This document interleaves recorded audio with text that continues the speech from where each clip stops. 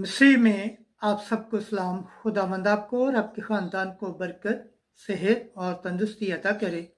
मसीह यीशु नासरी के नाम से आमीन। हमारे लिए आज की तिलावत रसूलों के अमाल चौथा बाब 32 से 37 है। वो मुत्तहिद थे, एक दिल और एक जान। खुदा बाप, बेटे और रूह कुद्दस के नाम से आमीन।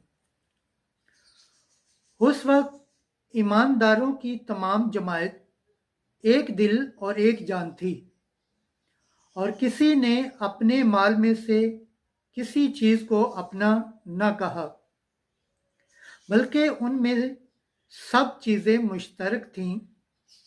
और रसूल बड़ी कुदरत से खुदावन यस्सु की क़यामत की गवाही देते रहे, और उन सब पर बड़ा फजल था, क्योंकि कोई उनमें मथाज न था।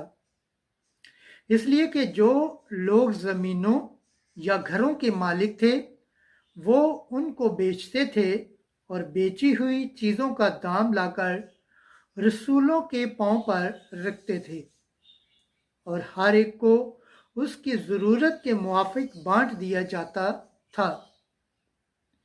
और यूसुफ नामी एक लावी था, जिसका लकब रसूलों ने बरनबास, मुतरजम फरजंद तशकीन, और जिसकी पैदाइश कुरुपस की थी, वो एक खेत का मालिक था। उसने उसको बेचा और उसका दाम लाकर रसूलों के पांव पर रखा। पाक कलाम के पढ़े और सुने जाने पर खुदावंद की बरकत हो, खुदावंद का शुक्र हो, आमीन। आज का ज़बूर पढ़ा जाएगा, ज़बूर 92, पहली आयत से दूसरी और 5वीं आयत तक। जमाती जवाब। खुदावंद बादशाह है, वो हशमत से मुलब्बस है।